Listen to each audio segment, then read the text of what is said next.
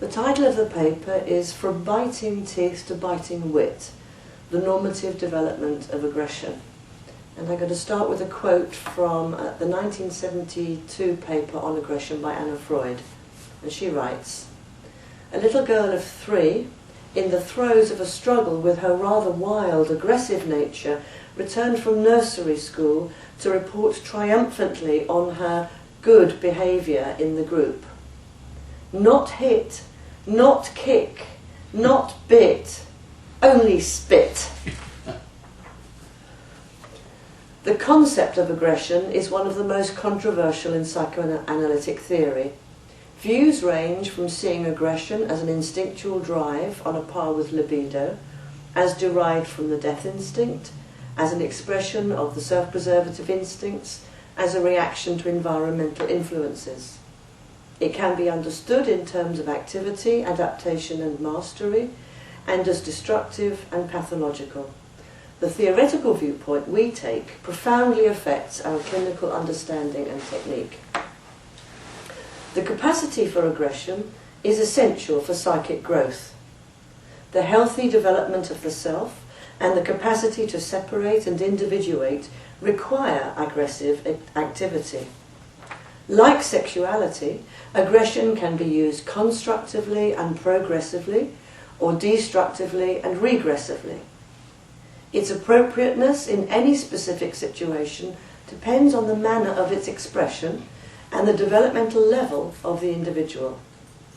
It's age appropriate for a toddler to have tantrums, but not the older child or adolescent. In situations of real danger, violent aggression to protect the self or others may be entirely appropriate. On the other hand, such behaviours as unprovoked violence, sadism, contemptuous denigration, bullying, and wanton destructiveness are largely regressive and arise from pathology, not health. Because of their regressive and pathological nature, there is no developmental line for such destructive behaviours. By contrast, one could conceive of a developmental line of normative healthy aggression, and an attempt will be made in this talk to trace this, together with some of the influences that can throw it off course. Winnicott's view was that aggression arises from environmental impingements, especially trauma at the level of early object experience, as well as from instinctual forces. Summarising a panel on aggression, Hyman and Wallenstein wrote, "Our psychoanalytic experience tells us that certain patients who show particular problems with aggression have had to suppress or otherwise defend themselves in infancy and childhood from environmental influences that were not conducive to the progression of their developmental needs for the normal expression of aggression." End of quote. It's the power of love to bind hatred that is crucial. People who show pathological aggression tend to be those who were not enabled in childhood to develop a secure libidinal attachment in which they felt loved and contained by primary caretakers.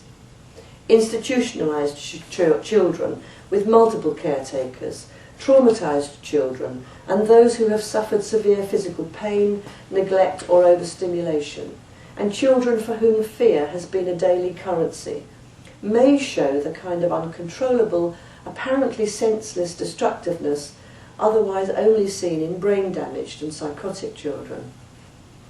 Anna Freud noted that the pathological factor in such cases was not the aggressive tendencies themselves, but a lack of fusion between the aggressive and libidinal urges. And she writes, quotes, "The pathological factor is found in the realm of erotic emotional development, which has been held up through adverse external or internal conditions, such as absence of love objects, lack of emotional response from the adult environment, breaking of emotional ties as soon as they are formed, deficiency of emotional development for innate reasons. Owing to the defects on the emotional side, the aggressive urges are not brought into fusion and thereby bound and partially neutralized, but remain free and seek expression in life in the form of pure, unadulterated, independent destructiveness. The appropriate therapy has to be directed to the neglected, defective side, that is, the emotional libidinal development. End of quote.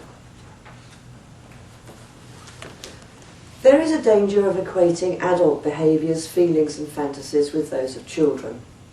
Something may look actively destructive to our adult eye, but we should not assume that destructive intent, as we know it, is necessarily in the young child's mind.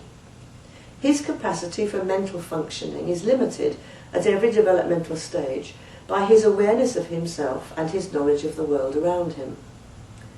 Does the tiny baby who screams and kicks have destructive intent, or is he in some primitive bodily way trying to get rid of intolerable feelings? Rose Edgecombe addressed this question succinctly when she wrote, quotes, "The baby's wish to get rid of nasty experiences may be viewed as the earliest form of mental aggressiveness, in the sense that it involves a primitive, hostile reaction to something unpleasant. The very young baby, however, cannot tell what the something is, where it comes from, or what, if wishing doesn't work, will make it go away. He cannot distinguish between feelings arising in his own body and stimuli coming from outside." End of quote. The baby gradually begins to differentiate between me and not me, and between inner experience and external stimuli, and he learns over time that his cries act as a signal to his mother to do something to relieve his distress. When his cries are not heard and his needs are not met, he begins to feel frustrated. Winnicott notes that the baby needs perfect adaptation at the theoretical start, and then needs a carefully graduated failure of adaptation. For the development of the sense of a real self, and for the capacity for healthy relationships, Winnicott stressed the mother's crucial role in offering opposition to the young child, the importance of the child's experience of aggression, and the need for fusion between erotic love and aggression. So, aggression operates both in the service of self-preservation and survival, and also in the service of development. The development of aggression is closely connected with psychosexual development and the development of object relations, ego and superego, and with the child's cognitive capacities and the extent of the integration of his sense of self. All these contribute to the ways in which the child is able or not to tolerate, process, and deal with his aggressive feelings at every stage of development. There are developmentally appropriate fantasies and means of expressing, defending against, and dealing with aggression.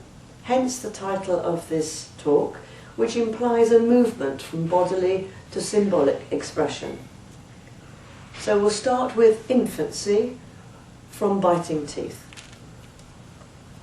In the oral phase of infancy, feeling hungry, feeling full, swallowing, biting, spitting, vomiting, gurgling, cooing and crying play a key role in the experience and expression of pleasure and unpleasure.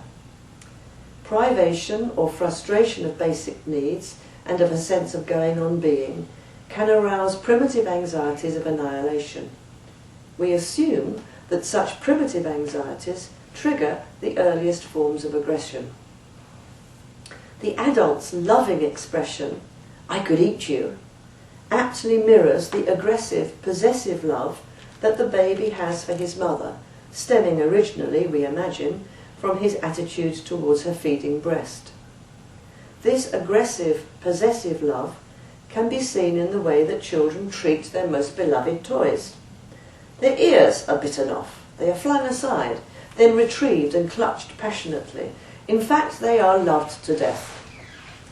At this stage of development, it is not hatred that threatens a destruction, but aggressive love, as Anna Freud states in her 1949 paper. The intimacy of the baby's relationship with the mother and her body is central. Gaze avoidance, refusing food and squirming when being held are typical signs of protest. Self-directed aggression, biting, head banging and hair pulling, is unusual and indicates disturbance. Anna Freud noted, quotes, "From this stage of development onwards, it is essential for the child's normality that the aggressive urges should be directed away from the child's own body to the animate or inanimate objects in the environment. At a later stage, aggression will normally be used again in a self-destructive manner, but it will then be invested in the superego and directed against the ego itself, not against the body." End of quote. Although babies may be endowed with differing strengths of aggressive drive, the impact of the environment on the child's capacity to deal with aggressive forces is crucial. How the baby begins to make sense of his feelings and experiences will depend largely on the way his mother perceives him and relates to him, which will be affected by her own internal world and her own experiences of self and other.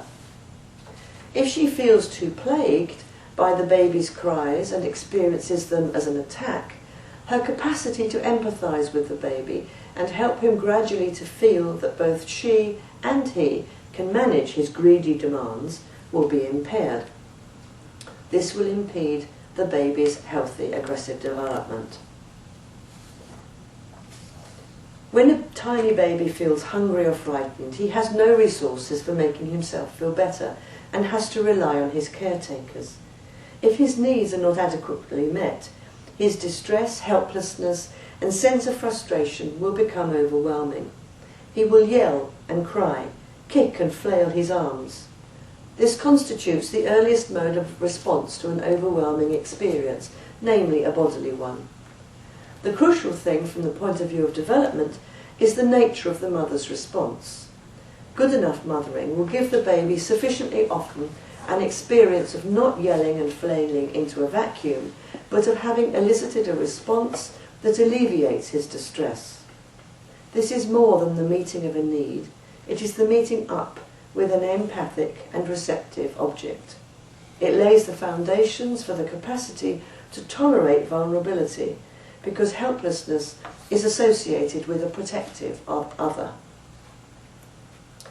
The good enough mother acts as a protective shield by empathic attunement to her baby and by trying to relieve his pain and anxiety until he gradually develops the resources to do this for himself.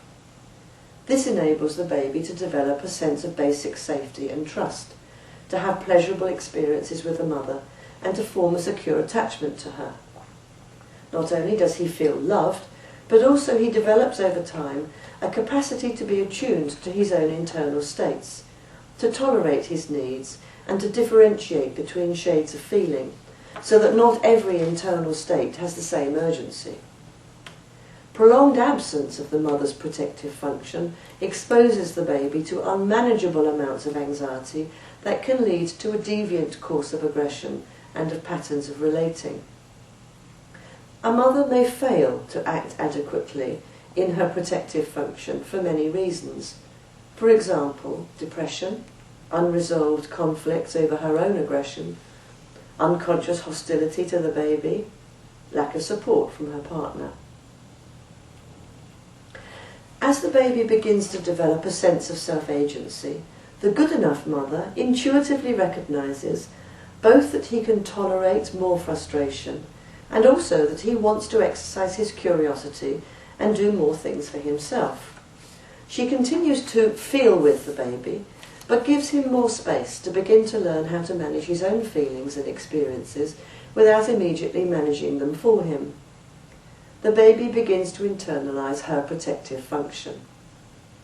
Repeated experiences of optimal frustration in the context of empathic mothering help him learn that he can survive feelings of helplessness without being overwhelmed, and this promotes the development of healthy aggression. A vignette from a mother-infant observation illustrates a baby's aggressive reaction to anxiety, fear and distress in the context of a good enough mother-child relationship. Kay is 10 months old. Her mother went away for 3 days and she slept a lot during this time. When the mother returned, Kay didn't look at her, only at the window. And when the mother went to the car to collect her luggage, Kay cried, and cried in absolute despair, as if it was all too much for her to bear. For the next 3 days, Kay guarded the door, but then was able to settle and feel safe again. When the observer visited 1 week later, Kay came to greet the observer with her shoe in her hand. They had played a very nice game with the shoe on her previous visits. She would give the shoe to the observer, and the observer would give it back. At first the observer thought she wanted to play the game again, but this time she came closer to the observer, holding the shoe in the air. The observer thought Kay was going to hit her, so she made a move to defend herself, but Kay just stopped in front of her, holding the shoe high in the air. Kay looked at the observer seriously, then turned round, crawled over to the wall and began to hit the wall with her shoe. Her mother said, "No, Kay, that will mark the wall." Kay listened to her and stopped hitting the wall, then went over to her toys. She began to throw her toys in the air, listening to the hard noise they made as they fell to the floor. The mother seemed to understand Kay's state of mind and said, "Good girl." Kay's aggressiveness seems due to her upset reaction to her mother's absence. Although not physically aggressive towards her mother, she had clearly been distressed. She couldn't look at mother immediately on her return, cried in absolute despair, and then guarded the door for 3 days.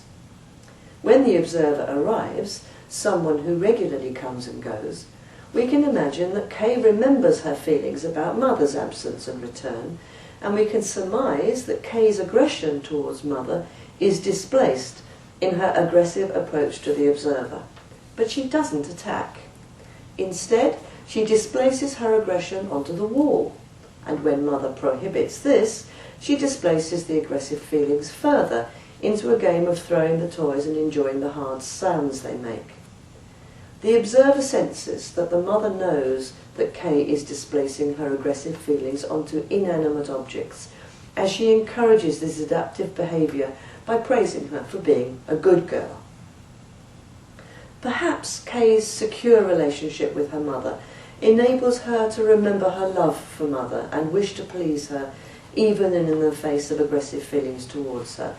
And this would be the foundation of the fusion between libidinal and aggressive urges. Now we come to toddlers. Aggression continues to be expressed via the body, biting, kicking, pinching, throwing things, and through screams and yells, as the toddler has yet to develop the mental resources for processing and managing feelings of frustration and anger.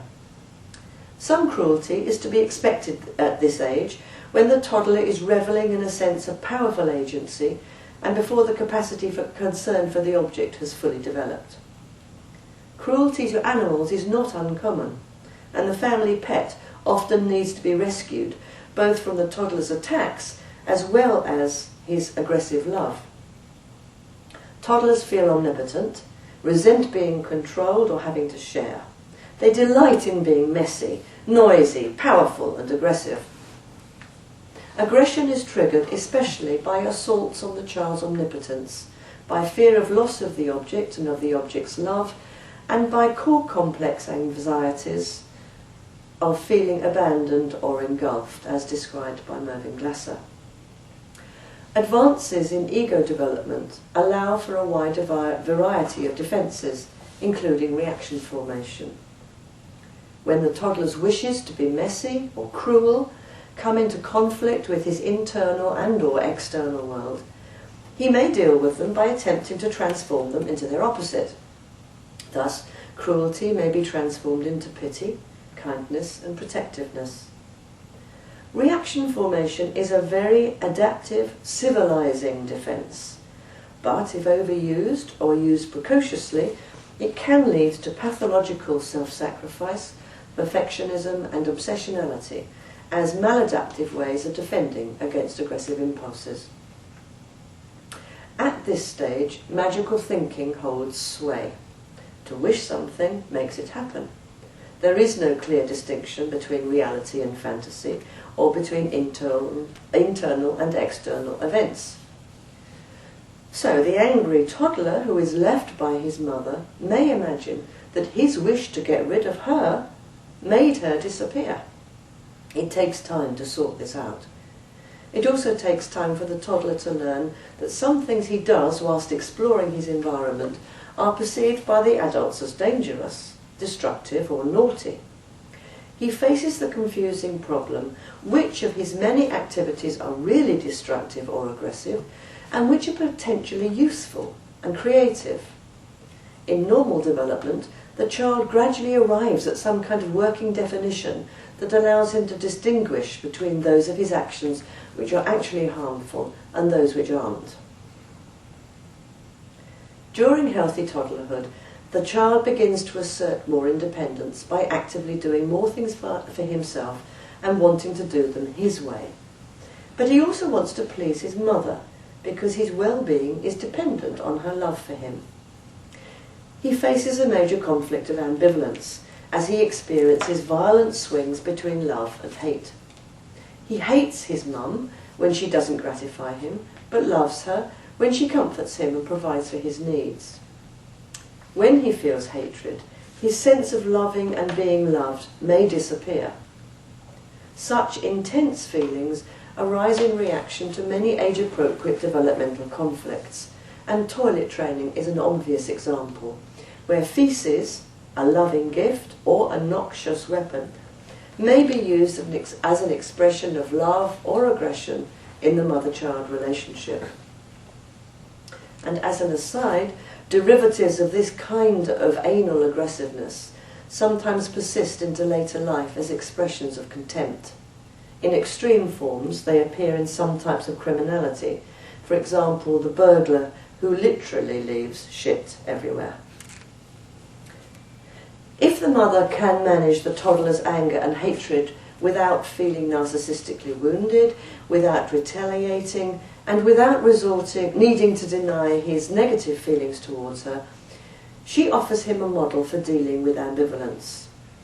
Through internalization of her capacities, he integrates his loving views of the mother with the angry and hostile ones, and recognizes that the mum who is sometimes angry with him also still loves him. This integration of loving and hating feelings is crucial to the healthy development of aggression. It enables the child to develop a sense of trust that his affectionate relationship with his mother will endure during moments of anger and during separations from her. Without such integration, omnipotent and magical ways of thinking will persist unmodified, the power of love to tame destructiveness will be diminished, and the child's belief in the enormity of his aggression will remain unchecked. Increasingly, the mother has to say no and stop the child from doing things in order to protect him from danger or protect herself and others from his aggressive behaviour. He must not bite his sister or make a mess. He should use the potty, put on his coat, etc. Such limits and demands make him feel frustrated and angry and force him to recognise that he is not all-powerful and will not be gratified unconditionally. This painful blow to his previously omnipotent sense of himself arouses enormous frustration and often results in the temper tantrums typical in toddlerhood. The toddler in a tantrum can feel overwhelmed and out of control, and he needs the continuous presence of the adult to help him to regain his composure.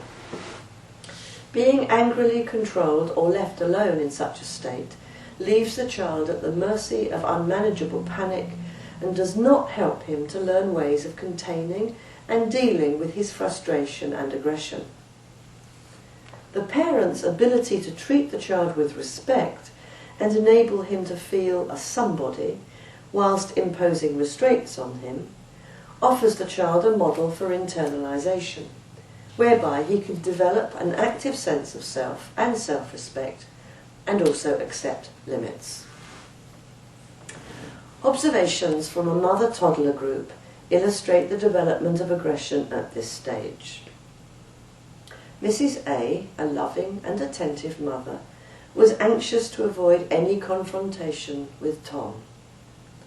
Nervous of any signs of aggression, she was never firm with him, but she was very controlling in her attempts to help him. Tom was very tied to her and wanted to be babied. He could not assert himself and found no delight in age-appropriate aggressive behaviour or play. Just before he was 2, Tom made a tower of blocks. His mother intervened to show him how to place them correctly. He built as directed, then pushed over the tower, but without any delight. Very cautiously he began to build again, but doing it his way, with the blocks, in a haphazard fashion. 2 weeks later, Tom had found a little more self-assertiveness. He put the little Russian dolls together in the wrong order, and his mum repeatedly showed him the correct way, explaining carefully each time. Finally, Tom covered the doll's face with another piece and shouted triumphantly, "Can't talk!" Good for Tom. His first moves towards self-assertion and individuation were a struggle, but gradually he became more independent and assertive. His fantasy play provided an imaginative outlet for the expression of his aggressive urges, his needs to feel in control, and his burgeoning thoughts about being a phallic boy. When the father began to spend more time with Tom, their deeper relationship facilitated Tom's capacity to individuate from the intense and rather intrusive relationship with his mother. He began to develop a stronger masculine identification, and his fantasy play took on a more aggressive and phallic quality, with age-appropriate games and stories about guns and swords. The parents' capacity to tolerate and manage their own frustration and aggression allows them to perceive their child's aggression as that of a child, and enables them to respond appropriately as an adult instead of reacting on the basis of their own childlike needs and impulses. They can offer experiences of forgiveness and reparation that promote the development of a healthy and non-punitive superego. And the way in which they defend against their own aggression will be internalized by the child. The child has repeated opportunities to see that aggression may be felt but not acted on, expressed in an assertive but not damaging way, or channeled into other activities. He learns that language is usually more appropriate than bodily expression of aggression. All this promotes the child's natural urge for mastery of his feelings, conflicts and anxieties, which in turn enhances his self-esteem and sense of well-being. The nursery school child. At this age, the child is particularly preoccupied with curiosity about sexual differences and the wish to be big, strong and admired. In boys, this centres especially on physical and phallic power. In girls, it's usually more about the power to possess and exclude others. Aggression may be triggered by anxiety over loss of love, jealousy, envy, and castration anxiety, and especially by affronts to the child's narcissism, causing him to feel shamefully small, humiliated, and like a dependent baby. Strides in ego development offer an increasing array of defences for dealing with unwelcome wishes, impulses, and fantasies. One of the most common is externalization, which gives the problem to someone or something else, the childhood version of "not me, Gov," whereby the child can feel virtuous that someone else is the naughty, aggressive or guilty one. However, the problem can easily ricochet back onto the child when externalization is extended to projection. The child then fears that the one he imbued with aggression will attack him. This is the source of many typical childhood fears of ghosts, monsters, wild animals and burglars. If defences for dealing with aggressive urges break down and aggressive wishes threaten to become conscious, Nightmares may ensue, and anything that might trigger the conflictual feelings, such as stories, TV programs, fantasy play, competitive and physical games, may become a source of fear to be avoided. The child may become phobic and inhibited. Aggression may be turned against the self, and the child may become accident-prone. Some aggression is essential for separation. If the child's ego cannot tolerate any aggressive feelings because they seem too dangerous, he may be unable to separate, for example, in order to start school. He may fear leaving mum because of unconscious death wishes towards her, so he may have to stay beside her all the time to ensure she remains safe. This is at the root of much school refusal and school phobia in childhood and adolescence. I have so far been referring to defences that may be adaptive in the service of development or maladaptive. But what of the child who has no real defences at all against aggression? At the mercy of his impulses, all hell will break loose. Not only does he then damage people and things, he also damages his relationships and the chance of having experiences that will help him to feel good about himself. Material about Charles illustrates this. Charles, aged 6, was referred for analysis because of eruptive aggression, an inability to relate to peers, and alarming swings between infantile behaviour and pseudo-mature language. He was terrified of abandonment, perceiving himself as a devil, hated by his parents, and he was sure that I would hate him too.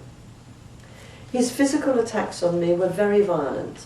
Sometimes he behaved like a wild animal, spitting, biting, kicking, hurling toys, smearing feces. His attacks were not simply manifestations of rage, but enactments of his internal chaos, driven by panic. They seemed unprovoked and unpredictable, but in time I understood that in the transference I was the source of the danger. He could only enact because he had no resources for processing his emotional experiences in symbolic form, either through play or words, and he had no effective means of defence in the face of such overwhelming internal states. Interpretation proved utterly fruitless, only heightening his anxiety and then his aggression, instead of offering relief. By surviving without retaliating, by trying to offer a sense of safety and containment, and by trying to let him know that I wanted to help, not harm him, it gradually became possible to find a therapy language that made words meaningful yet safe. When he was relatively calm and not actually spilling out his chaos, I tried to empathise with his need for body talk to express his spilly feelings. The aim was not just to keep him safe, but to enable him to begin to internalise a protective function from me. The first step was to help him to recognise an impending danger, the approach of his spilly feelings, which would allow him to prepare himself by using anxiety as a signal. The next step was to help him to find some appropriate defences to deal with the anxiety. Very gradually he began to be able to play, albeit completely concretely, but it provided displacement from the violent body talk for the expression and exploration of his terrifying fantasies. The gradual development of signal anxiety, together with his emerging capacity for some symbolic play, for beginning to differentiate reality from fantasy, and for using words meaningfully, all provided him with some resources for developing appropriate defences to deal with his anxiety and aggression. Charles was a very disturbed child, who seems to have had the worst of both worlds. Possibly an intensely powerful aggressive drive, coupled with an uncontaining and often hostile environment. He felt hated by his parents, and his mother's unconscious death wishes towards him seemed only too clear. His emotional development was severely delayed, and he showed more of the typical signs of development of the phallic he showed none of the typical signs of development of the phallic narcissistic, let alone the Oedipal child. Normally, a child of this age is passionately curious about his own and others' genitals, and he puzzles about their functions. The mental images aroused by this confusion may lead him to imagine sexual activity as fighting. The child's longings for admiration, together with his passionate and aggressive interest in sexual activity, come to a head at the Oedipal level, with the conflict that his active wish to possess one parent exclusively will damage the other parent, his rival. The child wants to get rid of the rival, but fears retaliation for his aggressive wishes, and also faces the thorny problem that the rival is someone he still loves and needs. In a good enough environment, the child will find solutions for his dilemma by using his increasing capacities for rational thinking, reality testing, frustration tolerance, and for delaying gratification. Further ego development promotes the capacities for symbolization and for distinguishing between reality and fantasy, which allow aggressive urges to be channeled through fantasy and play. Physical expressions of aggression are still common at this stage, but the healthy child will increasingly use language to hurl insults.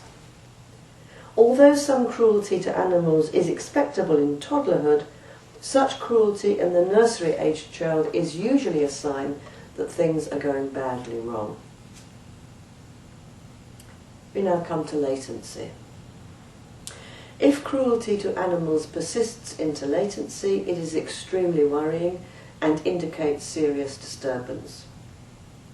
Playground fights involving both physical and verbal aggression are quite commonplace in latency, but physical aggression tends to be more purposeful and within fairly well-defined limits, unlike the rather random quality typical in the younger child. Persistent physical aggression would now be a cause for concern. In early latency, when the superego is not yet fully internalized, the child believes firmly that others should be fair to him, but he need not be fair to them. His aggression in competitive games will take the form of guiltless cheating, but as his superego becomes more consolidated, the importance of fairness all round begins to take root. He begins to adhere to the unwritten code that it is wrong to attack someone smaller or weaker, that one against many is not fair, and that you should not take what is not yours. Those children who do not have the kind of internal world and good enough home environment that promotes this kind of fair-minded thinking or fosters the capacity to restrain aggressive impulses may show signs of delinquency and unrestrained aggression and may well become bullies. With some resolution of Oedipal conflicts and with solid foundations for gender identity, the development of the healthy latency child moves apace. His sense of himself as a person who can do things and be someone progresses alongside the development of his ego ideal. Progressive ego and superego capacities provide him with a broader variety of defences and offer more adaptive means of mastering and channeling his impulses and of processing his feelings. Competitiveness is directed into sports and typical latency activities such as collecting things. Language plays a central role in the expression of aggression, and the child channels his energies into fantasy, constructive play and learning. The passionate hunger for information and activities reveals the sublimation of instinctual urges. Developing the capacity for sublimation is a remarkable achievement and opens up new horizons for passionate, self-enhancing interests and activities, many of which not only give pleasure to the child but to others too. However, development does not progress this smoothly for some children, and their defences impede their progress. Ben, age 7, was referred because his parents were worried about his wish to dress up as a girl in fantasy games. He was anxious about separating from his mum. He was jealous of his older sister and his little brother, and although usually a very quiet boy, he could sometimes explode in a rage. His wish to act the baby at home irritated his mother enormously. For many weeks in therapy, he lined up the toy cars or the animals in a very long line, then moved the first car forward an inch, followed by the next car and the next and the next. Then the whole painstaking process would be repeated again and again. It was painful and deadly boring to watch, but also terribly sad that he needed to maintain such strict and inhibited control of his sexual and aggressive impulses. Very gradually, he let me know more about him. But he was very frightened and ashamed of his feelings and thoughts, and anxious that I would be disapproving or intrusive like his mum, so he often needed to shut me out.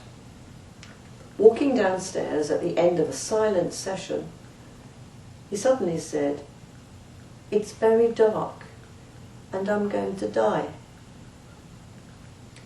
The next day, he was reluctant to come to the room and sat silently reading a comic.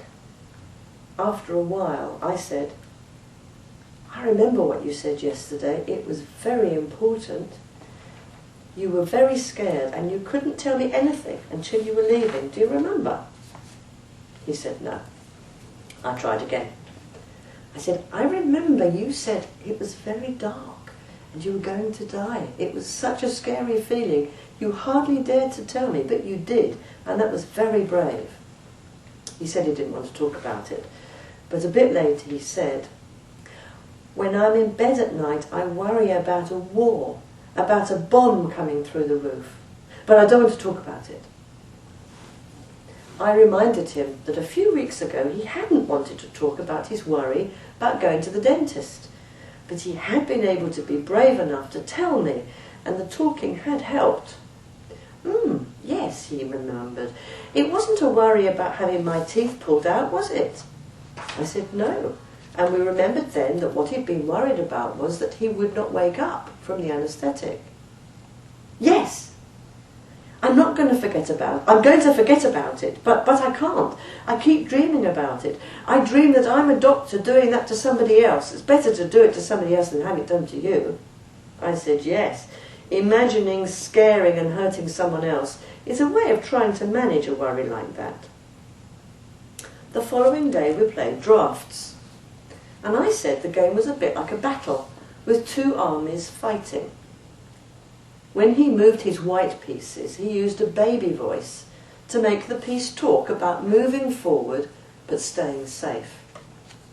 It soon became clear that he was playing out a fantasy in which the babies, his white pieces, were going to be killed by the grown-ups, my black pieces. In order to stay safe, the babies had to kill the murderer's parents. But the babies were captured, put in prison, and had their heads chopped off.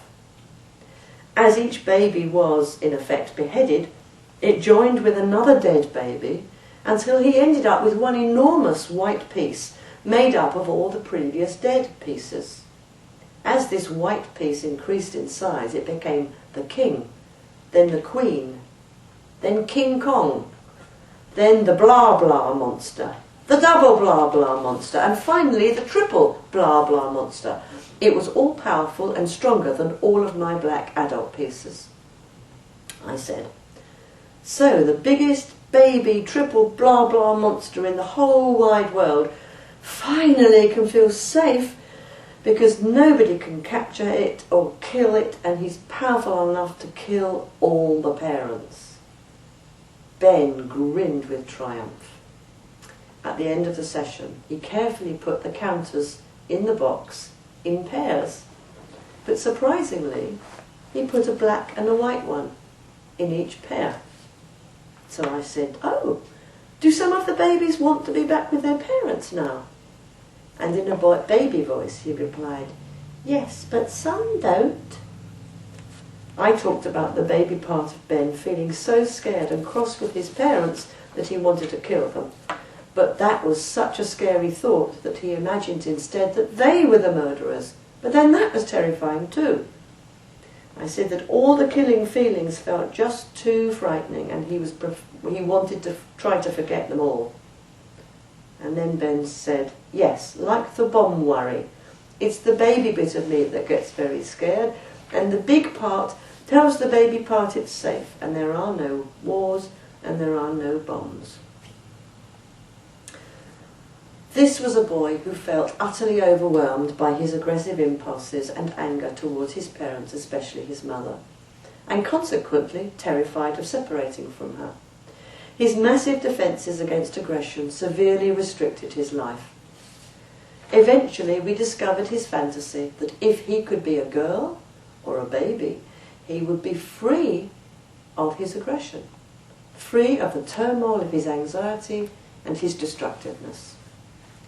Analysis of his fears, fantasies and defences, especially concerning aggression, enabled him in time to want to grow up into a man and freed him to enter a more typical and enjoyable latency. We now come to puberty and adolescence. At puberty, the child is besieged by an increase of sexual and aggressive forces as his body undergoes massive physical and hormonal changes, giving rise to much anxiety and confusion. As the child's body matures, he faces the excitement, responsibilities, fantasies and fears that accompany the approach of adulthood, including the reality that he will soon be as big, powerful and sexually active as his parents. This feels potentially exciting, but also lonely and terrifying. The pubertal child experiences an enormous sense of loss of his childhood body image and of his mother as his chief caretaker. Previously, he could rely, in the last resort, on an adult stepping in if his aggression got out of hand, but increased physical strength means he has to take further responsibility for any damage his body could now do. The adolescent typically struggles with the conflict of wishing to be looked after like a dependent child, regressive wishes which he also defends against, and wanting to become an independent adult, which he also fears. Alongside this, he struggles to find an identity that will make him feel good about himself. To defend against fears of regression, dependence and passivity, he may develop a self-image of being invulnerable, independent and aggressive. Although this is more obvious in adolescent boys, for whom conflicts of passivity and dependence arouse age-typical homosexual anxieties, the following example shows some of the roots of this conflict in an adolescent girl. At 18, Lisa had a breakdown at university. Her sadomasochistic style of relating had caused her to lose friends and boyfriends, but she apparently revelled in the image of herself as a tough, provocative bitch. This was an attempt to defend against conflicts over regression and dependence, and a means of trying to find some kind of stable self-image in defiance of a sadistic superego that impatiently demanded perfection. Such a harsh superego offered her no way of feeling good about herself, and she could only find temporary means to raise her self-esteem by rebelling and giving free rein to her destructiveness. She said, "If I feel depressed, I have to fight. It's the only way I know of relating to people and finding out if they care or not. Fighting and provoking are my best talents. I'm not good at anything else." Consciously desperate for help, she started 5 times weekly analysis, but her huge anxiety led to intense resistance. Terrified of separation and loss, although she denied this vehemently, she defended herself by not engaging with me or allowing herself to recognize any feelings of attachment. She often arrived 30 minutes late or not at all to sessions and was quite contemptuous of me. She announced, "Analysis is pointless anyway because I'm too crazy. Even 100 Sigmund Freuds will never figure me out." I addressed her despair that she was irreparably damaged and mad, and interpreted her disappointment at being stuck with an ordinary therapist, not a celebrated ideal. If she could not be perfect, she felt worthless, and if I wasn't Freud, I was useless. My struggle with resentment and a wish to retaliate was alleviated when I was able to understand her behaviour as an aggressively passive interactive defence against feeling unwanted and dropped. She was provoking me to test if I would abandon her. It helped me to regain my empathy when I thought of her aggression as like that of a panicky toddler in a tantrum. I interpreted her provocations in terms of a wish to see if I could survive the attacks without rejecting her, as a wish to engage me in an exciting battle to ward off feelings of depression and emptiness, and as a way of keeping control over the analysis for fear of being helplessly dependent on me. It soon became clear that her entrenched sadomasochistic style of relating provided a defence against core complex anxieties of abandonment and engulfment, whereby she could maintain an optimal distance yet also a hold on the object. Her defiance with her parents and me was reflected in an internal sadomasochistic battle between a punitive superego and her demanding and aggressive infantile wishes. Her aggression directed towards others and herself via self-destructive and risk-taking behaviour was insufficiently bound with loving feelings. She had no capacity for real concern, either for others or herself. She felt spoilt by her parents, as if they don't care, were her words, and she swung between a deeply self-denigrating self-image and a view of herself imbued with bravado as omnipotent and grandiose. During adolescence, some risky behaviour is expectable as the adolescent tests his limits and tries on different types of identity. But, as with Lisa, risk-taking may represent an unresolved sense of omnipotence and the avoidance of independent mastery and self-care, developmental issues that face the child in toddlerhood. A major developmental task of adolescence involves loosening the libidinal and aggressive ties to the parents in order to become an independent member of society. There are many reasons why an adolescent might be unable to detach in a healthy way from the parents, including unresolved ambivalence and aggression towards them. The adolescent may progress from suspiciousness of his parents to general paranoia, or hostility and aggression may be deflected away from the parents and onto the self, leading to depression, self-denigration, self-harm, and sometimes suicide. Adolescence is a normative crisis situation and a time of developmental disturbance when, as Anna Freud said, typical fluctuations between extreme opposites would be deemed highly abnormal at any other time of life. It is not surprising that in this turmoil the adolescent swings from wild excitement to deep depression and that his defences break down. Delinquent and destructive enactments of aggression constitute the adolescent's rebellion not only against external authority, but also, most importantly, against severe superego dictates. In the context of faulty superego development, guilt is unavailable as a signal and has to be defied and triumphed over.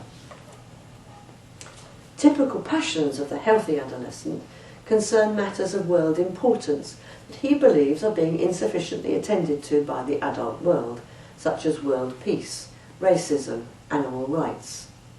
Such ideals provide a focus for directing his aggression and his passions in a very adaptive and socially useful way, whilst also allowing him to feel superior to his parents as he individuates from them. If the adolescent's earlier development has been good enough, he will have established early healthy modes of relating in which aggression is bound by loving and protective feelings, and aggression will be used for preservation of self and others and for self-assertion. Physical aggression is sublimated through various activities, interests and skills, and channeled into things such as competitive sports and verbal debate, and fused with loving feelings into sexual activity. Language becomes the major medium for the expression of aggression, and in the relatively healthy adolescent, this is confined to swearing and having the occasional row. The less healthy adolescent, who is still struggling to restrain his aggressive impulses, may be physically aggressive and will use words violently and destructively to vent his rage. And this brings us back to the title of this talk. I began with biting teeth and will end with biting wit. Both, of course, aspects of oral aggression. If biting wit takes the form of sarcasm, the destructiveness remains undisguised. It isn't funny and can cause damage. If, however, it takes the form of irony, such as political satire, the aggressive content and intent is less directly destructive. Thus channeled, it can be a source of pleasurable fun, as well as a means of communicating an ideological point of view. The development of aggression is a massive topic.